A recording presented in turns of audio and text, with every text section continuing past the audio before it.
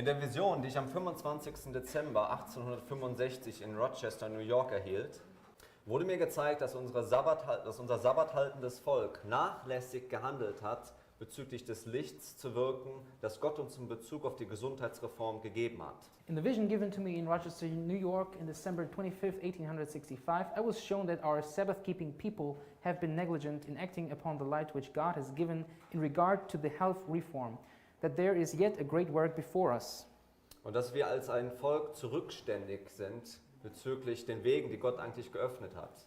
And that as a people we have been too backward to follow in God's opening providence as He has chosen to lead us. Nun, wir wissen, dass Gott die ersten Gesundheitsreformen im Jahr 1863 gegeben hat. Now we know that God gave us the first health reform ideas in 1863. Aber Gott machte 2 Jahre kurz unmittelbar danach uns darauf aufmerksam, dass wir nach dem Licht, was Gott in den letzten 2 Jahren gegeben hatte, wir als Volk nicht danach gehandelt haben. But only 2 years later, God again told us that we didn't follow the light that was given to us completely. Gott gab es uns eigentlich dieses Licht als Geschenk. God gave us this very gift as knowledge as a gift. Ich weiß, bis auf den heutigen Tag im Jahr 2018 ist es für viele unter uns immer noch nicht ein Geschenk. And I see until this very day in the year 2018, for many of us, it's still not regarded as a gift. Und viele können es nicht so annehmen, dass Gott uns eigentlich beschenken wollte, sondern hätten sich vielleicht lieber gewünscht, Gott hätte das zurückgehalten.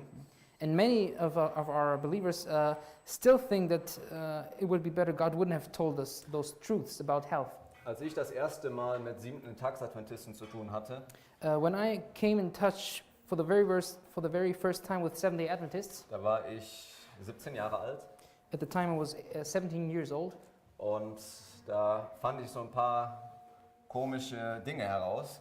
and at that time I realized a few funny things about Adventists, Vor allen Dingen über die Essgewohnheiten. especially about their habits about concerning food. Ich dachte erst, die sind ein bisschen komisch. And at first I thought, well, they're a little strange.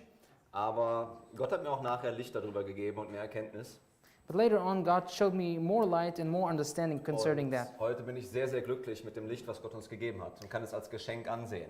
And nowadays, I'm very happy and grateful for the gift that God gave us. Und wir wissen, dass die erste große Versuchung in der Wüste, in der Jesus auch gegenüberstand, der Appetit war. Genauso dort, wo Adam und Eva stand. And as we know from the Bible, that Jesus' very first temptation in the wilderness was exactly that of appetite, which is also the first temptation which Adam and Eve fell for. Und uns ist gesagt, dass Jesus diesem furchtbaren Test des Appetits widerstand. And we've heard that Jesus successfully could withstand successfully this temptation. Dass er für uns Menschen in seiner Liebe überwand, And he overcame in behalf of man, weil er für uns einen gerechten Charakter entwickeln wollte. working out for him a righteous character. Weil er wusste, dass Satan genau auf diesen 3 Punkten versuchen würde. And he knew that upon these 3 points, Satan would assail the race. Und es ist interessant, dass diese Auseinandersetzung ja im Garten Eden begann. And it's interesting to see again that this conflict started already in the Garden of Eden. Gott sagte, ihr dürft alle Restaurants in Wien besuchen, And God basically said, you visit every single restaurant in Vienna bis auf dieses eine dort. except for this one over there. Wäre das ein schwieriger Test gewesen? Would that be a difficult test for you? Wir haben jetzt nicht viele hier in Wien gesehen, aber ich habe gesehen, es gibt hier viele Restaurants. I mean, I haven't seen a lot in Vienna, but what I've seen is that there are a lot of restaurants Ich around glaube, here. es wäre nicht so schwierig gewesen, das eine da hinten an der Ecke, diesen kleinen Imbiss stehen zu lassen, oder? I think it wouldn't be so hard to neglect only one of them. Aber Gott sagte, dies ist in Ordnung, das eine nicht. But God clearly said that the one is okay to eat and the other one not. Und wir wissen, dass Satan kam und dieses Gesetz Gottes letztendlich in Frage gestellt hat. But we know that Satan came and questioned the law of God. Und ich glaube, dass wir manchmal auch die Gebote, die uns eigentlich als Verheißung gegeben sind, in Frage stellen. And I also think that sometimes we question those laws that are given to us. Auch wenn es zu den Gesundheitsgesetzen kommt. Also when it comes to those questions about health. Und generell in der christlichen Welt ist es heute so, And in general, you could say the same about the Christian world. dass viele Christen glauben, dass Gesundheit nicht wirklich was mit Geistlichkeit zu tun hat. And many Christians believe that health and spirituality are two different things. In unserem Weg mit Gott. In our personal walk with God, Und schnell wird gesagt, sagt Jesus nicht, das, was in den Mund hineinkommt, macht den Menschen nicht unrein? bring up the argument that Jesus said, it's not what comes into the mouth that makes us unclean, but what comes out. Und solange ich darüber bete, ist alles in Ordnung. And as long as I pray over my meal, it's all fine. Ich glaube, das ist ein beständiger Kampf zwischen eigentlich Anmaßung und Glaube. This is nochmal Anmaßung. Presumption. And I believe that this is a constant battle between presumption and the other one, Faith. and faith. Und ich glaube, dass Satan uns als Christen immer wieder dahin führen möchte, dass wir Gottes Wort nämlich anzweifeln. And I think Satan wants us to bring us constantly to this very point that we struggle with the Word of God and that we doubt it. Und auch wenn es zu den Gesundheitsgeboten kommt, die Gott uns gegeben hat. And especially when it comes to those health issues and messages that were given to us. Und darüber möchten wir heute sprechen. And this is what we want to talk about today. Aber ich möchte erst uns adressieren. But first I would like to address us. Mir wurde gezeigt, dass die Arbeit der Gesundheitsreform bisher kaum in Angriff genommen wurde. I was shown that the work of health reform has scarcely been entered upon yet. Während einige ihren Glauben an das Werk tief spüren und handeln, bleiben andere gleichgültig und haben kaum den ersten Reformschritt unternommen. While some feel deeply and act out their faith in work, others remain indifferent and have scarcely taken the first step in reform. Es scheint in ihnen ein Herz des Unglaubens zu sein. There seems to be in them a heart of unbelief. Und da diese Reform den lustvollen Appetit einschränkt, And as this reform restricts the lustful appetite, schrecken viele zurück. many shrink back. Sie haben andere Götter vor dem Herrn. They have other gods before the Lord. Geht mit mir mal in Philipper Kapitel 3 bitte. Why don't we open Philippians chapter 3? Und dort beginnen wir zu lesen ab Vers 18. And there I would like to start to read with you beginning from verse 18. Philipper Kapitel 3 ab Vers 18. So it's Philippians chapter 3 verse 18. Denn viele wandeln, wie ich euch oft gesagt habe und jetzt auch weinend sage, als Feinde des Kreuzes Christus. For many walk, of whom I have told you often, and now tell you even weeping, that they... Ihr Ende ist das Verderben, ihr sorry. Gott ist der Bauch. Sie rühmen sich ihrer Schande, sie sind wie gesinnt, irdisch gesinnt. I'm sorry, I missed out a few parts. Just go ahead. That's okay. For many walk, of whom I have told you often, and now tell you even weeping, that they are the enemies of the cross of Christ, whose end is destruction, whose God is their belly, and whose glory is in their what? In their shame, who mind earthly things. Wenn man sich das Wort Bauch dort anschaut, If you look at the word belly in this context, geht es wirklich um die Freuden des Gaumens sozusagen und um Völlerei. it's really talking about the pleasure that one gets from eating, from overeating. Und Ellen White, sie spricht in diesem Zitat hier von einem Herz des Unglaubens And Ellen White speaks in this quotation of a heart of unbelief. im Kontext der Gesundheitsreform. And she puts this all into the context of health reform. Meine Lieben, was ist Glaube? My beloved, what do you think? What is faith? Ist nicht Glaube das, dass ich wirklich vertraue, dass Gott immer das Beste für mich möchte? Isn't faith exactly that I always trust that God wants only the best for me? Und wenn Gott uns Licht gibt über eine Gesundheitsreform und Gott uns zeigt, dass es wichtig ist, And if God shows us a light, especially about the health reform, and shows us that this is important for us, wir aber vielleicht zu sehr das eine oder andere lieben, but we have a stronger love for the one or the other, sollten wir dann nicht Gott wirklich vertrauen, dass er das in mir verändern kann? shouldn't we trust God even more that He can actually change this desire in me? Denn ich glaube, das Herz des Unglaubens ist ein Zeichen wirklich für Misstrauen und letztendlich für Rebellion. Because I believe the heart of unbelief is actually a sign of rebellion. Und ich glaube, da werde ich später noch darauf eingehen, dass es wirklich zeigt, dass wir unsere Gerechtigkeit verlieren können an diesem Punkt. And I want to prove this point later, but I believe that it's actually possible to lose our righteousness if we don't take this seriously. Und ich möchte an diesem Punkt nochmal ganz klar sagen, weil ich nicht möchte, dass mir irgendwelche Worte verdreht werden im Mund. And I want to be clear at this point because I don't want that anybody takes some words out of my mouth. Ich sage das immer wieder. I repeatedly say Es this. gibt keine Gerechtigkeit dadurch, was ich esse. There's no righteousness coming out from what I eat, Aber ich kann meine Gerechtigkeit verlieren. but I can lose my Und righteousness. ich glaube, das werden wir auch heute noch sehen. And I will get into this a little more clearly later. Nun, starten wir mir mal bitte auf Jeremia Kapitel 2. Why don't we open Jeremiah chapter 2? Jeremia Kapitel 2 und dort Vers 6. Jeremiah chapter 2, and there we're going to read verse 6. Und hier steigen wir ein in die Erfahrung der Israeliten, als sie aus Ägypten geführt wurden. And here we see the experience of the Israelites when they were brought out of Egypt. Es ist eine Erinnerung daran. It is a reminder of this very event. Dort heißt es in Vers 6, und sie haben nicht gefragt, wo ist der Herr, der uns aus dem Land Ägypten heraufgeführt und uns durch die Wüste geleitet hat, durch ein wildes und zerklüftetes Land, durch ein dürres und totes Land, durch ein Land, das niemand durchwandert und kein Mensch bewohnt. Neither said they, where is the Lord that brought us up out of the land of Egypt, that led us through the wilderness, through a land of deserts and of pits, through a land of drought and of the shadow of death, through a land that no man passed through and where no man dwelt. Nun, als die Israeliten aus Ägypten geführt wurden, war ihr Weg sehr steinig gewesen. When the Israelites were led out of Egypt, their way was really stony. Es war sehr schwierig und nach 3 Tagen Wanderung begannen sie sozusagen sich zu beschweren.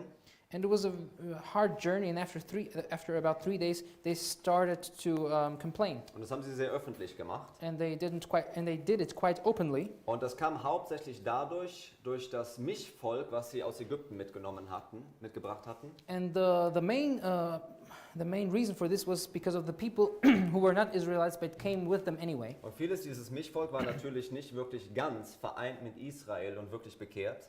And many of those mixed people weren't completely consecrated as real Israelites. Und so kam sehr schnell Unruhe auf und Unzufriedenheit. And this way, a lot of distress came up and so on. Und so war der Ruf nach Fleisch schnell wieder da.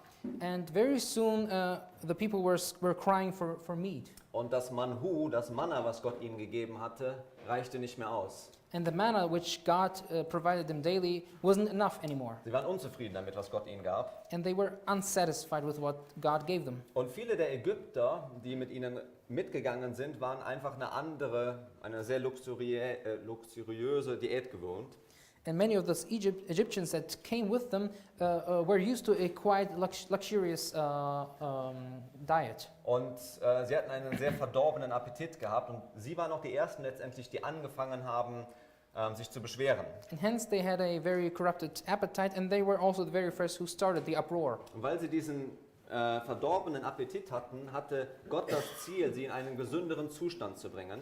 And because of their corrupted appetite, it was God's very goal to bring them to a new standard. Und wollte ihnen das Essen eigentlich wieder angewöhnen, was Gott am Anfang ursprünglich für den Menschen gedacht hatte. And so he tried to train them to a other kind of diet, which was the original diet, really. Lass uns mal ein bisschen direkt in der Geschichte lesen, in 4. Mose, Kapitel 11. Let us read about this in what is Numbers. it? Numbers what? Numbers 11. Numbers 11. In 4. Mose, Kapitel 11. So in Numbers chapter 11, Und wir beginnen ab Vers 4 zu lesen. and we start from verse 4. Das heraufgelaufene Gesindel aber, das in ihrer Mitte war, wurde sehr lüstern. Und auch die Kinder Israels fingen wieder an zu weinen und sie sprachen, wer wird uns Fleisch zu essen geben? And the mixed multitude that was among them fell a lusting. And the children of Israel also wept again and said, who shall give us flesh to eat? Wir denken an die Fische zurück, die wir in Ägypten umsonst aßen, und an die Gurken und Melonen, den Lauch, die Zwiebeln und den Knoblauch. We remember the fish which we did eat in Egypt freely, the cucumbers and the melons and the leeks and the onions and the garlic. Nun aber ist unsere Seele matt, unsere Augen sehen nichts als das Manna. But now our soul is dried away. There is nothing at all beside this manna before our eyes. Nun, Satan versuchte die Israeliten und dieses Mischvolk dahin, dass sie diese Einschränkungen Gottes als ungerecht angesehen haben. Now Satan was tempting the people of Israel and the mixed multitude inside them to see that which God provided for them as unfair. Und er versuchte sie letztendlich dahin zu führen, dass sie nach Dingen gelüsten, die eigentlich verboten waren. And so Satan tempted them to lust for things which were actually forbidden. Weil Gott wusste, wenn sie das benutzen, dass gewisse Dinge, gewisse Sinneslust sozusagen angeregt wird. Because God knew if they were allowed to eat certain things, certain lusts would come up, certain desires. Und dass Satan sie einfacher unter Kontrolle bringen konnte. And this way Satan could get them even easier under control. Und Gottes Ziel war ja, die Israeliten aus Ägypten zu führen, hin in das verheißene Land nach Kanaan. And it was God's goal to bring the Israelites out of Egypt into the promised land in Canaan. Und er wollte, dass sie ein heiliges und glückliches Volk sind und vor Gott bestehen. And God wanted them to be a holy and happy people that was in front of God, before God, standing before God. Dass sie rein vor Gott stehen, und er wollte ihnen eine Selbstkontrolle lehren auf dem Weg dorthin. And He wanted them to stand holy and sanctified in front of God, and He wanted to give them a means of control to sustain that. Für ihr eigenes Gut und auch letztendlich, um Segen zu sein für andere. Both for their own blessing and for the blessings of others. Und wenn sie bereit gewesen wären, sich dort einzuschränken sozusagen, um Gott da zu vertrauen, And if they were ready to restrict themselves in this area, and if they would trust God, und wenn sie gehorsam gewesen wären gegenüber den weisen Ratschlägen, die Gott ihnen gegeben hat, and if they would have remained faithful towards those rules that God gave them, dann wissen wir vom Geist der Weissagung, dass Krankheit und Schwäche nicht aufgetreten wäre. then we know by the spirit of prophecy that sickness and fatigue would not have come up in the people of Israel. Und dass auch ihre Nachfahren sozusagen diese moralische und auch körperliche Stärke mitbekommen hätten. And not only them, but also their offspring would have the same moral strength as they would have attained. Und was ganz wichtig war, But what was especially important, Gott wollte, dass sie durch ihren Lebensstil eine klare Vorstellung von Wahrheit haben und der Pflicht, die sie hatten.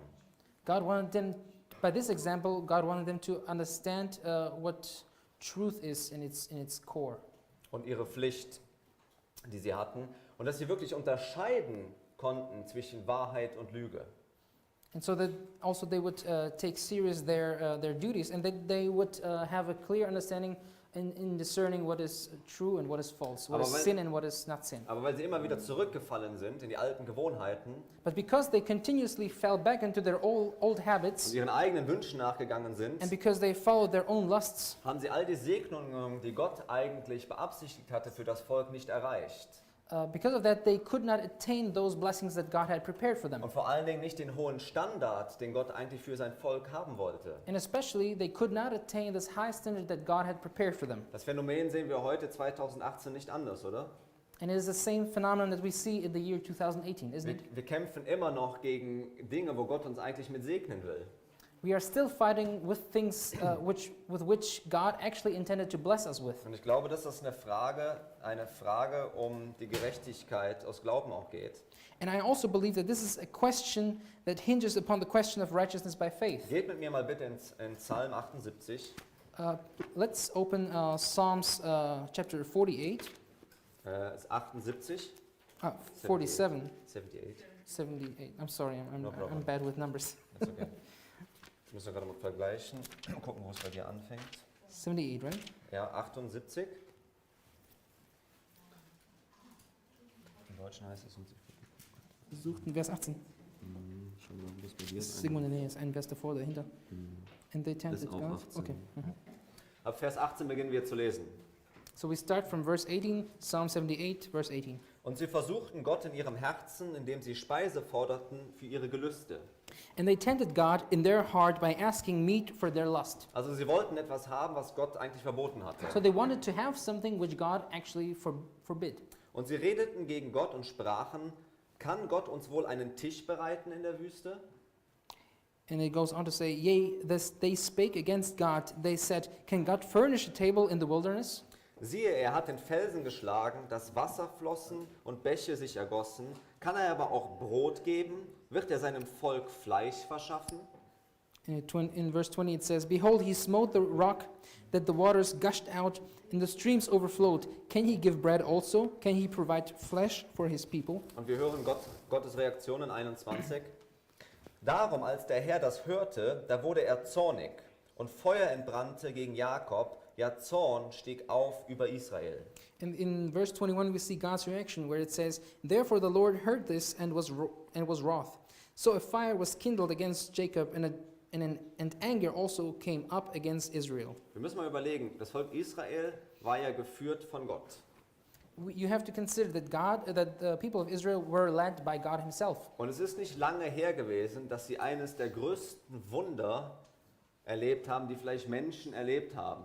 And it was not long ago when they themselves were experiencing a miracle which has not been seen before. Habt ihr euch schon mal vorgestellt, als ihr in Wien hier in der Ampel stand, so zur Rush Hour, und habt euch gewünscht, die Straße würde sich teilen und alle Autos würden mal auf Seite gehen? Have you ever been standing on a crossroad in Vienna at rush hour, and did you imagine how it would be if all of a sudden all the traffic would divide up like the sea? Ich habe durch Gott gelernt, sehr viel geduldiger zu werden. I've learned with God's help to become more patient. Aber manchmal würde ich es mir auch wünschen, dass es mehr auf Seite gehen würde. But sometimes I wish for this miracle to happen. Und die Israeliten standen dort vor dem Meer und sie haben ein Wunder erlebt, was unglaublich ist. But the Israelites actually experienced this kind of miracle. They were seeing how the sea was divided. Obwohl sie diese Erfahrungen mit Gott hatten. And even though they made this very experience with God. Und Gott sagte jetzt im nächsten Schritt, schau mal, wir führen hier eine Veränderung ein. And God said in the next step that He would like to introduce a change. Kam trotzdem Unglaube wieder auf. They still had disbelief or unbelief. Und das führte natürlich auch zu größerer Schuld, weil sie mehr Licht hatten. And this, of course, had resulted in even bigger sin because they had so much knowledge and so much light now. Und das Resultat dieser aufkommenden Beschwerden die ganze Zeit, dieses Kämpfen gegen Gott, war letztendlich eine offene Rebellion. And the result of all this continuous complaining was an open rebellion against God. Lesen wir mal Psalm 78 weiter. Let's continue reading Psalms 78. Und wir lesen Vers 22. And we continue at verse 22. Weil sie Gott nicht glaubten und nicht auf seine Rettung vertrauten. There it says, because they believed not in God and trusted not in His salvation. Wir sind immer noch im Kontext davon, dass Gott das Manna gegeben hatte. We're still talking about the context where God provided manna for them. Aber sie glaubten Gott nicht und so vertrauten sie nicht auf die Rettung. Und Gott sagte, ihr braucht das auf dem Weg eurer Erlösung. And there again it says, because they believed not in God and trusted not in His salvation, but God insisted that they needed it for their salvation. Wisst ihr, was das eigentlich meint, was sie verloren haben? Do you understand what it actually means? Do you understand what they actually lost in Sie here? haben an diesem Punkt durch dieses Misstrauen Christi Gerechtigkeit verloren. At this very point, because of their distrust, they lost the righteousness of Christ. Ihr Geschmack, ihr Appetit ist ihr Gott. Their taste, their appetite is their God. Und wenn die Axt an die Wurzel des Baumes gelegt wird And when the axe is laid at the root of the tree, und diejenigen, die auf Kosten der Gesundheit ihren verdorbenen Gelüsten nachgegeben haben, and those who have indulged their depraved appetites at the expense of health, ihnen ihre Sünde aufgezeigt wird und ihre Götzen aufgedeckt, are touched, their sins pointed out, their idols shown them, so wollen sie nicht überzeugt werden. they do not wish to be convinced. Und obwohl Gottes Stimme direkt zu ihnen sprechen sollte, um diese gesundheitszerstörenden Ablässe wegzulegen, And although God's voice should speak directly to them to put away those health-destroying indulgences, würden einige immer noch an den verletzenden Dingen festhalten, die sie lieben. some would still cling to the hurtful things which they love. Sie scheinen mit ihren Götzen verbunden zu sein They seem joined to their idols, und Gott wird bald zu seinen Engeln sagen, lasst sie in Ruhe. and God will say soon to His angels, let them alone. Erinnert ihr euch noch an den Traum, den ich euch gestern erzählt habe? Do you remember the dream that I've told you yesterday? Links, links, links, du rechts, links, links, beinahe gerettet. About those people in the queue, you go to left, left, left, but you go to the right, but you were almost saved. Wir wissen, dass die Bibel uns lehrt, dass Jesus sagt in Lukas 16, Vers 10, dass wir in den kleinen Dingen treu sein sollen. We know from the Bible in Luke 16 verse 10 that it says that we are supposed to be faithful in the little things. So dass wir auch in den großen Dingen treu sind. And by this we can also be faithful in the great manners, in the great things. An diesem Punkt möchte ich auch noch einmal sagen, And at this point I would like to add dass wir in der gleichen Zeit vorsichtig sein müssen, that at the same time we have to be careful dass wir unsere Erlösung nicht daran hängen und selber in Werksgerechtigkeit fallen. that we don't put our salvation upon this, but at the same time don't don't lose the importance of this idea. Und es gibt natürlich Extreme in diesem Bereich. Of course, there are extremes concerning this subject. Manchmal sind wir zum Beispiel unter uns abgeschreckt, weil wir sehen, manche in der Gemeinde, die zu sehr in ein Extrem mit diesem Thema gehen. And sometimes we are a little scared away by those extremists in our church. Aber wir müssen uns trotzdem selber prüfen und fragen, ob das nicht die Wahrheit ist. But we still have to search our hearts ourselves and ask ourselves whether this is true or Aber not. auf der anderen Seite haben wir auch oft diesen Gedanken, glaube einfach nur. But at the same time, we have, on the other hand, this idea that we just have to believe. Das ist nicht so wichtig. And the rest is not so important. Gesundheit hat nicht viel mit Geistlichkeit zu tun. And that health would not have anything to do with spirituality. Lebensstilfragen. And lifestyle questions are also not so important. Sagt Jesus uns nicht, dass wir bei jedem Wort, aus jedem Wort leben, welches aus dem Mund Gottes kommt? Doesn't Jesus say that we are supposed to live by every word that comes out of the mouth of God? Und es kann sein, dass das genau das ist, was ich brauche, vor allen Dingen in der Zeit, in der wir jetzt leben, And maybe this is exactly what I need, especially in the time we live in nowadays, was meinen Charakter entwickeln wird und meinen Glauben stärken wird. which will improve my character and strengthen it. Deshalb wäre ich vorsichtig, schnell zu denken, das Thema beiseite zu legen. Therefore, I would be careful to put this subject aside too quickly. Die Gesundheitsreform, so wurde es mir gezeigt, ein Teil der dritten Engelsbotschaft ist. Health reform message is part of the three angels message. Und sie sagt, dass Gottes Volk nicht auf den lauten Ruf des dritten Engels vorbereitet ist. And she continues to say that the people of God are not prepared for the third cry of the third angel's message. Wir haben bereits gesehen, dass dieser laute Ruf, wo die Herrlichkeit Gottes in der Welt gezeigt wird, ein Symbol dafür ist, wie Gottes Charakter in dem Volk Gottes dargestellt wird. So the loud cry is a symbol for that, how God's character is being represented by his people in the world. Und sie sagt weiter, sie haben eine Aufgabe für sich selbst, die sie nicht Gott überlassen sollten. And they have a work to do for themselves which they should not leave for God to do for them. Sondern, schlag mit mir mal auf, 2. Korinther Kapitel 7. Let's open 2 Corinthians chapter 7. Wir haben diesen Text gestern schon einmal gelesen. We've read this text yesterday already. 2. Korinther Kapitel 7 ist eine wundervolle Verheißung. 2 Corinthians chapter 7, it's a wonderful promise Denn es spricht über die Verheißungen Gottes. because it talks about the promises of God. 2. Korinther Kapitel 7, Vers 1. 2 Corinthians chapter 7, verse 1.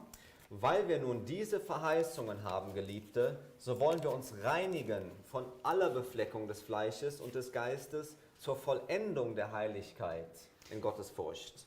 Having therefore these promises, dearly beloved, let us cleanse ourselves from all filthiness of the flesh and spirit, perfecting holiness in the fear of God. Sehen wir daher, dass Gesundheitsreform wichtig ist? Do you understand now? Do you see now that health reform is important? Und es ist natürlich viel mehr als nur zu essen. And it is not only concerned Or wie wir with essen. what we eat and how we eat. Das sind noch andere Themen natürlich. There are also other subjects included into this. Aber es ist bei der Ernährung immer so, dass es wirklich einen unmittelbaren Effekt haben kann, dass man ziemlich schnell falsche oder richtige Entscheidungen trifft. But especially with our diet, it has we know that it has a pretty quick effect on how we make decisions.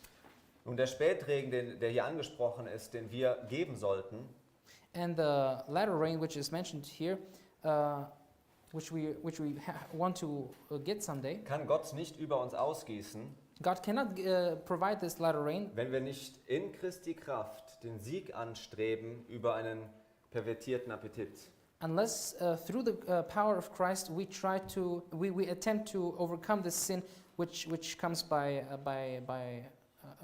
appetite, by a bad appetite. Es ist ein Teil der Erfahrung, die Gott uns durch den Frühregen geben möchte. It is part of an experience that God wants to give us by the former rain. Frühregen, dann Spätregen für eine besondere Ausstattung in der Zeit der großen Trübsal. So we need both the former and the latter rain as a special preparation for the time of tribulation in the last days. Völlerei ist die vorherrschende Sünde in diesem Zeitalter. Gluttony is the prevailing sin of this age. Was ist der Appetit, ein verdorbener Appetit? So what is a corrupted appetite? Die vorherrschende Sünde in diesem Zeitalter. It is the prevailing sin of this age. Könnt ihr euch vorstellen, warum sie sagt, dass es vorherrschend ist? Could you imagine why she says that it is prevailing? Da, wo Adam und Eva gestartet sind, wo sie beim Appetit gefallen sind, There where Adam and Eve started, where they fell because of their appetite, hatte das Folgen. did this decision have consequences? Und es ist wirklich so, dass wenn wir einen pervertierten Appetit haben, And it is the same with us. If we have a perverted appetite, es führt auch heute immer noch oft zu anderen Sünden dann. it also leads us many times to other sins as well. Es gibt einen Vortrag im Internet, There's a A presentation lecture, in the internet den ich gehalten habe mit dem Thema der Appetit und der Fall des Menschen. which I was presenting, and it was about the appetite and the fall of man. Wenn ihr möchtet, könnt ihr euch den einmal anschauen. Da spreche ich genau mehr über diesen Punkt. If you like, you can watch this later, and I'm talking exactly about this very point. Dass nämlich durch den Appetit oft weitere Sünden folgen. That because of our corrupted appetite, many other sins are the result of this corrupted Lasst appetite. uns weiterlesen. Let's keep reading. Begieriger Appetit macht Männern und Frauen zu Sklaven und sie erniedrigen, man kann es auch mit verblöden übersetzen, ihren Intellekt und erniedrigen ihre moralischen Empfindungen in einem solchen Maße, dass die heiligen, erhöhten Wahrheiten des Wortes Gottes nicht gewürdigt werden. She says, lustful appetite makes slaves of men and women and beclouds their intellects and stupefies their moral sensibilities to such a degree that the sacred elevated truths of God's word are not appreciated. Geht mit mir mal in Sprüche 23 bitte. Please open Proverbs chapter 23. Ich bin froh, dass ich die Übersetzung jetzt wieder habe, I'm happy that I have the English translation again, weil leider die deutsche Übersetzung ein bisschen schwach an dem Punkt hier ist. because the German translation is a little weak at this point. Sprüche 23, Proverbs 23, Vers 2. verse 2. Setze ein Messer an deine Kehle, wenn du gierig bist. And it says, and put a knife to thy throat, if thou be a man given to appetite. Was sagt die englische Übersetzung? Bei mir heißt es, wenn du gierig bist. Wie heißt es bei dir? A man given to A appetite. man given to appetite. Also wenn man quasi dem Appetit hingegeben ist. Ja? Setze ein Messer an deine Kehle, wenn du dem Appetit hingegeben bist.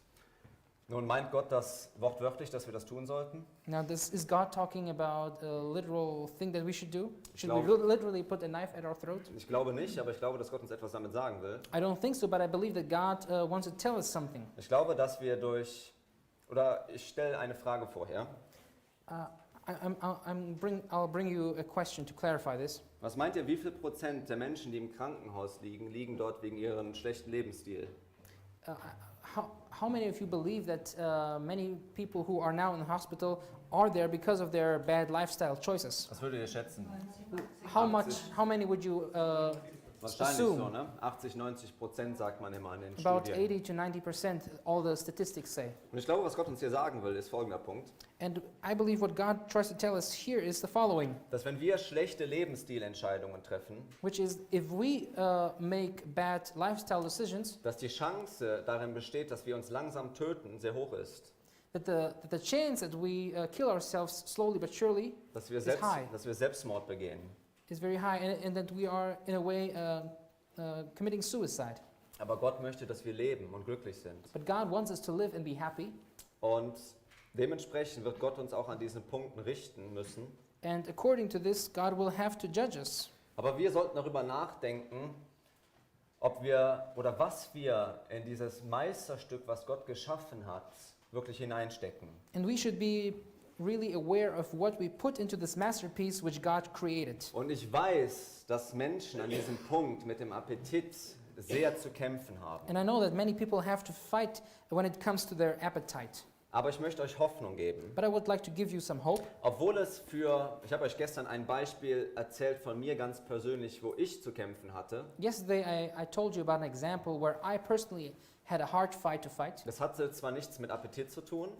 Even though it had nothing to do with appetite, Appetit war für mich kein großer Kampf gewesen. appetite itself was not a big struggle for me. Ich habe es immer sehr schnell als Segen erfahren, mich dort umzustellen. It was a blessing that I was pretty quick to adapt in this area. Aber Gott sagt uns, verspricht uns generell, But God promises us in general Lass uns erst gerade mal von der Bibel nehmen. Let's open it in the Bible. Es gibt so viele Texte dazu, aber wir nehmen jetzt einen kurzen. Gebt mit mir mal das Buch Judas. There are so many texts about this, but I would like to read to you just a short one. Please open the book of Jude.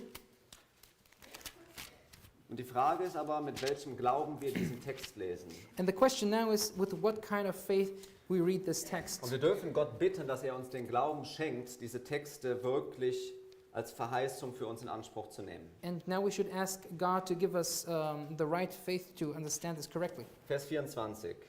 And it says in verse 24, Dem aber, der mächtig genug ist, euch ohne Straucheln zu bewahren und euch unsträflich mit Freuden vor das Angesicht seiner Herrlichkeit zu stellen. Now unto him that is able to keep you from falling and to present you faultless before the presence of his glory with exceeding joy. Was verspricht Gott uns? So what is God promising us? Dass es ihm möglich ist, uns vor dem Fallen zu bewahren. He says that it is possible for him to keep us from falling. Ist das nur manchmal? Does it apply only some of the time? Oder wenn der Schokoriegel auf einmal mir ins Gesicht springt, Or does it also apply trifft if, das dann nicht zu? or does it no longer apply if the chocolate bar is right in front of my face? Gott ist mächtig genug, meine Lieben. God is powerful enough, Und auch wenn wir manchmal lange damit zu kämpfen haben, and even if we have to struggle with this one issue for a long time, aber wenn wir dranbleiben, Gott nimmt es weg, er hat es versprochen. but if we stick to it, God will eventually take it away. He promised it. Wisst ihr, wie weit Gottes Versprechen reicht? Do you know how far God's promise is reaching? Lest mal mit mir im Geist der Weissagung. Let's read together in the spirit of prophecy. Für mich ist es eine wundervolle Verheißung. For me, this is a wonderful promise. Manche krampfen manchmal dabei zusammen, wenn sie sowas lesen, weil sie wieder auf sich selber gucken, anstatt auf Christus. Some get very tense when they read this because they don't look at Christ but rather look at themselves. Nur durch die machtvolle Kraft der dritten Person der Gottheit der Sünde widerstanden und sie überwunden werden. And there it says, only through the mighty agency of the third person of the gospel, sin could be resisted and overcome. Christus hat seinen Geist als eine göttliche Kraft gegeben, Christ has given his spirit as a divine power um ein paar ererbte und anerzogene Neigungen zum Bösen zu überwinden. to overcome all hereditary and cultivated tendencies to evil. Ihr beschwert euch nicht. Ich dachte, ihr seid Protestanten. You don't You don't protest. I thought you were Protestants. What's the Um matter? alle ererbten und alle selbst anerzogenen Neigungen zum Bösen zu überwinden.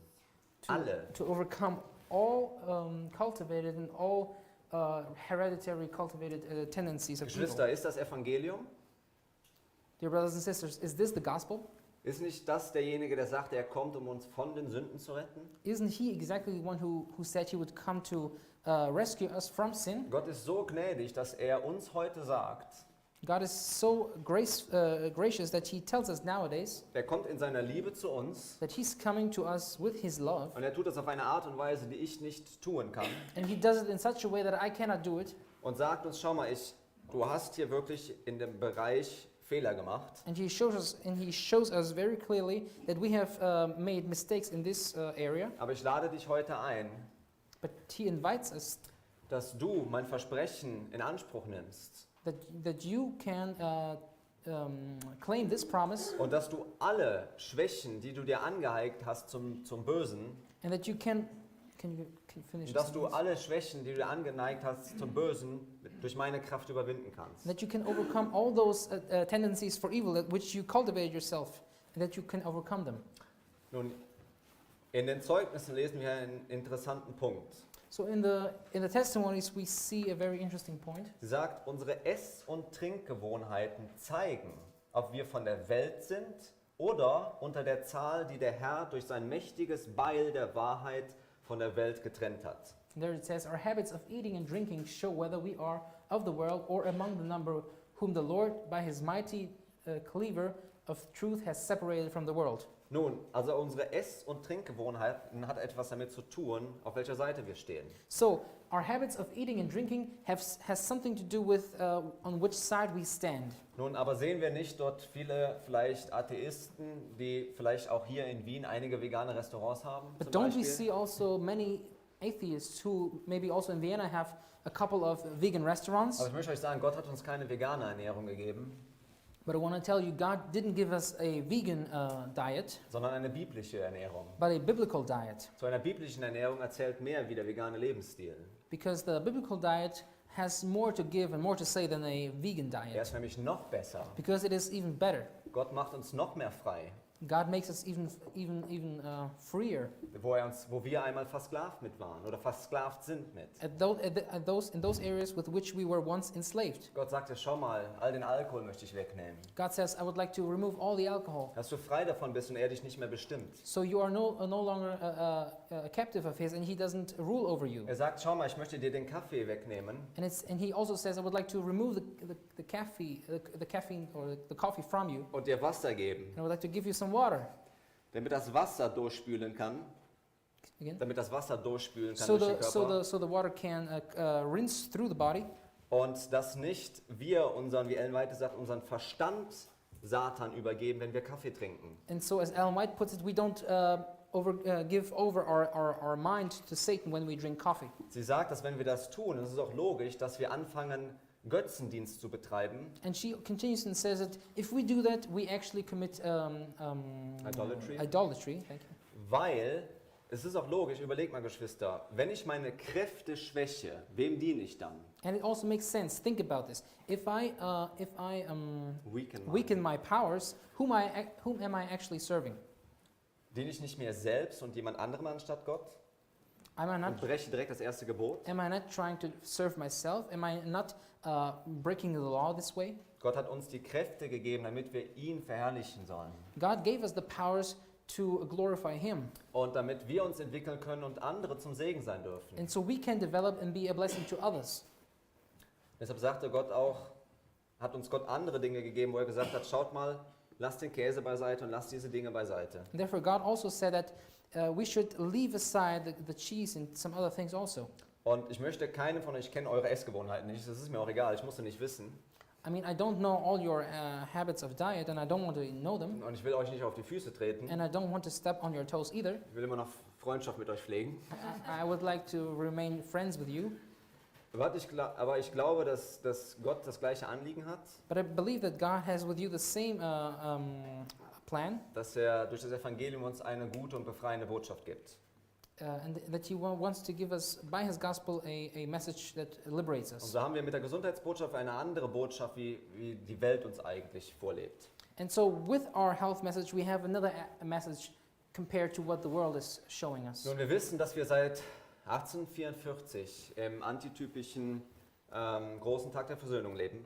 And now we know that since 1844 we are living in the anti-typical day of the atonement. Und eine praktische Art und Weise, als ihre Herzen dort zerrissen haben vor Gott am großen Versöhnungstag war, And one of the ways how they searched their hearts in the Day of Atonement back in Israel dass sie gefastet und gebetet haben, was namely that they fasted and they prayed. weil es ihnen geholfen hat, wirklich ihre Herzen vor Gott zu prüfen. And this helped them to search their hearts in front of God. Das heißt, das Essen und Trinken, This means, go on. das heißt, das Essen und Trinken bestimmt auch, in welchem Teil des Heiligtums wir uns befinden. And so our understanding of eating and drinking also determines in which part of the sanctuary we are situated in right now. Wenn wir in das Allerheiligste schauen, If we look at the most holy place, ein Beispiel nur, dort gab es kein Fleisch. just one example, in there was no meat at all. Das war etwas, was im Vorhof mit benutzt wurde. So the only place where we find meat was in the court. Das heißt, wir können nicht Sieg über Sünde erhalten, This means we cannot obtain victory over sin wenn wir im Vorhof stehen bleiben. unless, if we remain in the outer court. Wir wissen aber, dass wenn wir durchs Heiligtum ins Allerheiligste gehen, But we know that if we go through the sanctuary into the most holy place, dass Gott die Sünde in uns was möchte?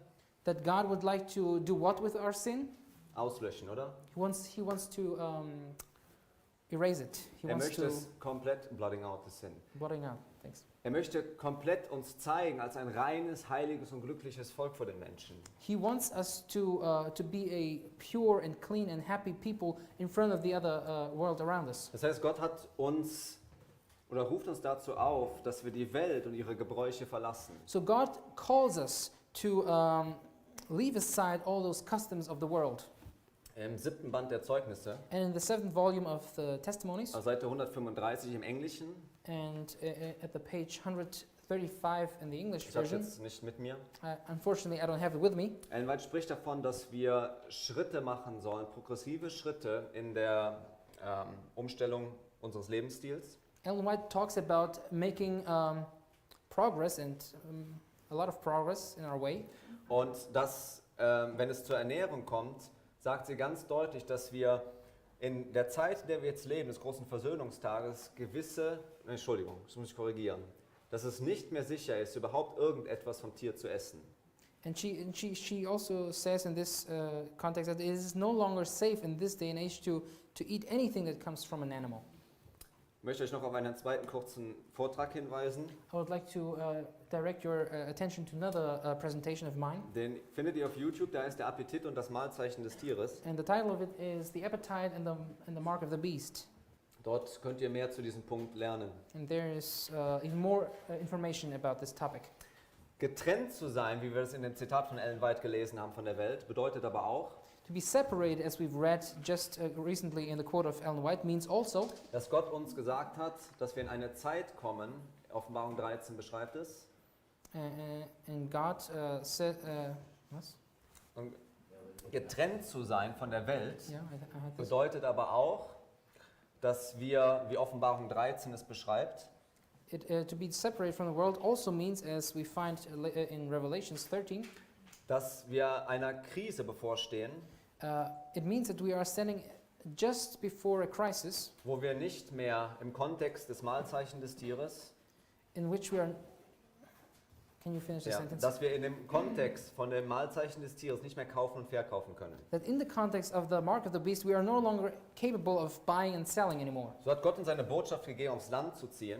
And therefore, God gave us the message that we should adapt to country living, Und dass wir dort beginnen sollen, unser eigenes Essen anzubauen. and that we should start to grow there our own food. Und während Satan derzeit versucht, uns zu töten durch das ganze GMO, And while Satan tries to kill us through all those genetic engineering, wissen wir, dass Satan derjenige ist, der auch die Schrift immer wieder verdreht, oder? we also know at the same time that Satan is the one who is trying to confuse the scriptures. Und ich glaube, dass Satan versucht, die christliche Welt, wenn es auch zu diesem Thema kommt, And I believe that Satan is trying the same thing in the Christian world, especially when it comes to this topic, dass er gewisse Schriften herauspickt that he pulls out certain parts of scripture und sie sozusagen zum Fallstrick macht für Christen, wenn es in dieser Frage kommt. and makes them a stumbling block for Christians when it comes to this topic. Sodass Christen denken, das Thema ist unwichtig in meiner Beziehung zu Jesus. So that Christians believe that this topic is not of such a high importance when it comes to my relationship to Jesus Christ. Ich glaube, viele, so wie ich es früher auch war, sind einfach ignorant in diesem Thema. And I believe that Unwissend. many, as I used to be, are just ignorant concerning this topic. Das Problem wird aber, wenn ich willentlich das Licht ablehne. The only problem that comes up or arises is if I willingly decline or reject the light that Und wir comes werden to uns me. jetzt gleich ein paar dieser Texte anschauen. And now we're going to look at a few other texts. Aber ich möchte vorher noch einen Gedanken nehmen aus dem Buch 1. Samuel. But before that, I would like to direct your attention to another thought in 1 Samuel, Kapitel 15, chapter 15, um das Ganze aufzubauen und zu untermauern. to Build up my thought. yeah. 1. Samuel Kapitel 15 und wir lesen dort Vers 1. 1. Samuel 15 und dort lesen wir Vers 22. So please open with me 1 Samuel chapter 15 and verse 25, 22. 22, verse 22. Samuel aber sprach zu Saul: Hat der Herr dasselbe Wohlgefallen an Schlachtopfern und Brandopfern, wie daran, dass man der Stimme des Herrn gehorcht? And Samuel said, Hath the Lord as great delight in burnt offerings and sacrifices as in obeying the voice of the Lord? Siehe, Gehorsam ist besser als Schlachtopfer und Folgsamkeit besser als das Fett von Widdern. Behold, to obey is better than sacrifice, and to hearken than the fat of rams. Also Gott möchte nicht einfach nur, dass wir einen Opfer bringen, So God desires that we not only bring a sacrifice, sondern genau wie in dem Fall von Kain und Abel, but just as an example of Cain and Abel, dass wir gehorsam sind entsprechend dem Licht, was Gott uns gegeben hat. but rather are obedient concerning the light that was given to us. Frage an euch, warum musste das Fett abgeschnitten werden, So my question to you now is, why was it necessary for the fat to be separated als die Tiere geopfert when wurden? those animals were Wofür war Fett ein Symbol? sacrificed? What was fat a symbol for? Sünde, richtig. Fat was a symbol for sin. Genau, Right. Sünde war also ein Symbol, Fett war ein Symbol für Sünde gewesen. So fat was a symbol for sin. Und es ist interessant, dass wir heute hingehen, And it's interesting to see that und lieber ein Opfer bringen, and it's interesting to see that we rather bring a sacrifice anstatt entsprechend dem Licht, das wir haben, das Fett abschneiden lassen. instead of cutting off the fat concerning instead of cutting off the fat appropriate to the light that we've Und got, dass wir weiterhin unseren falschen Neigungen nachgehen. and that we continue to go astray with our desires that we have. Nun, Menschen sagen ja, es ist doch erlaubt alles, oder Christen sagen auch, es ist doch erlaubt alles zu essen. But Christians continue to say yes, but everything is allowed to eat, isn't Und it? wenn wir zum Beispiel in Kolosser Kapitel 2 gehen, But if we go to Colossians chapter 2, und wir möchten uns jetzt mal ein paar Texte anschauen, die immer wieder angeführt werden, wenn es zu diesem Thema kommt. I would like to take a look at a few of those texts when it comes to this subject. Wir können ja nicht alle behandeln, aber ein paar möchten wir uns anschauen We gerade cannot mal. deal with all of them, but a few we can. Kolosser 2, Vers 16 sagt, So Colossians chapter 2 verse 16 says, so lasst euch von niemand richten wegen Speise oder Trank oder wegen bestimmter Feiertage oder Neumonde oder Sabbate. "Let no man therefore judge you in meat or in drink or in respect of an holiday or of the new moon or of the Sabbath days." Darf ich euch mal fragen, ist das Schwein im Jahr 2018 gesünder geworden? Now let me ask you something. Has the pig in the year 2018 become any healthier? Sollten wir nicht immer noch so wie 3. Buch Mose, Kapitel 11 uns sagt, davon fernbleiben? Shouldn't we, just as it says in Leviticus chapter 3, restrain ourselves from this food? Mit all den Regeln, die Gott gegeben hat, weil er uns liebt. Shouldn't we also adhere to all those rules that God gave us because He loves us? Das heißt, dass er gesagt hat, Blut und Fett weg, And especially in those cases where He says, remove the fat and remove the blood. nicht älter als 3 Tage geschlachtet sein And the meat should be older than 3 days after it has been killed. und natürlich ein reines Tier. And especially it should be a clean animal. Wenn wir an die Geschichte in Matthäus Kapitel 8 denken, And when we think about the story which we find in Matthew chapter 8, wo die zwei dämonisch besessenen Menschen auf Jesus rannten, where those two demon-possessed men ran towards Jesus, wohin warf Jesus die Dämonen? where did He cast those demons aside? In die Schweine, oder? He cast them into the pigs, right? Warum wird Jesus das wohl gemacht haben, dass er sie in die Schweine geschmissen hat? Why do you think did Jesus do that? Hat er nichts Besseres gehabt? Didn't He find anything better than that? Kann es sein, dass die Leute, die dort diese Schweine produziert haben, Could it be that those people who were producing the swines, producing the pigs, dass er überhaupt gar nicht raising the pigs, yeah, dass er überhaupt gar nicht wollte, dass diese Tiere produziert werden zum Verkauf und zum Weitergeben? Als could Nahrung. it be that Jesus didn't want that those pigs were raised and sold later for consumption? Und dass er eigentlich den Leuten zeigen wollte, dadurch, dass er die zwei frei gemacht hat, And could it be that Jesus wanted to show by liberating those two demon-possessed people, und auf der anderen Seite zeigte, was eigentlich unrein ist. and to show at the same time what is actually unclean? Aber wie haben die Besitzer reagiert? Was sagen sie dort? But how did those owners, how did they react to that Sie haben miracle? Jesus gebeten, bitte die Stadt zu verlassen, oder? They asked Jesus to leave the city, didn't they? Ich glaube, dass wir sehr vorsichtig sein müssen, I believe that we have to be very careful wen wir bitten, aus unserer Stadt zu gehen. whom we ask to leave our city, Wer der Geber aller guten Gaben ist. and consider who is the giver of all good gifts. Gib mir mal in Matthäus Kapitel 7 bitte. Let's open Matthew chapter 7. Matthäus Kapitel 7 und dort lesen wir Vers 6. Matthew chapter 7, there I would like to read with you verse 6.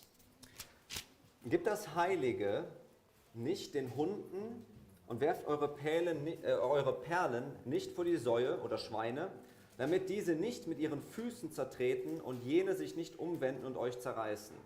And there it says, "Give not that which is holy unto the dogs, neither cast ye your pearls before the swine, lest they trample them under their feet, and turn again and rend you." Warum benutzt Jesus in dieser Warnung den Hund und das Schwein? Why is Jesus using in his warning in this parable both the dog and the pig? Waren es nicht zwei unreine Tiere gewesen? Weren't those two unclean animals? Ich finde es interessant, dass Jesus hier uns ein Symbol gibt, wenn es kommt zu dem Unreinen.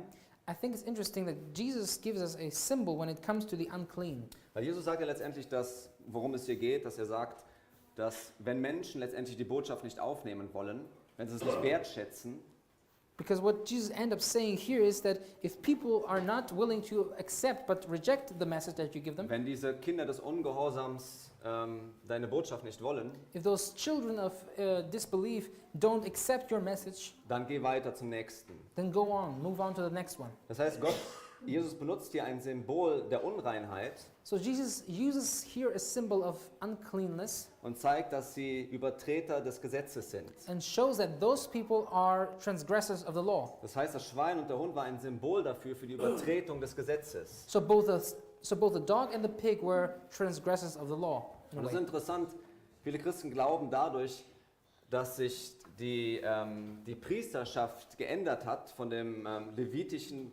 levitischen Priesterschaft hin zu dem Dienst Jesu.